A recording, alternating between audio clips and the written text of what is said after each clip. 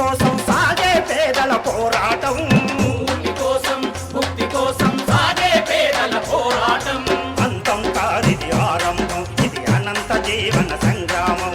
అన్నం పెట్టే రైతులు హస్తినలో అల్లాడిపోతున్నారు.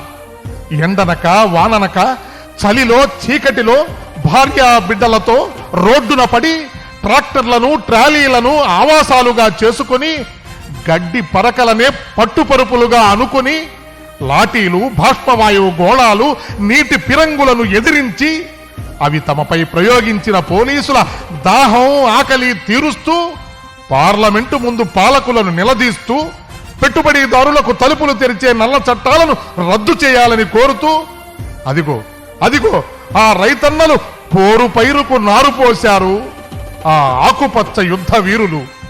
నడవండి నడవండి నడవండి చర చర చర కర కర కర చక్రంలా ప్రగమిస్తూ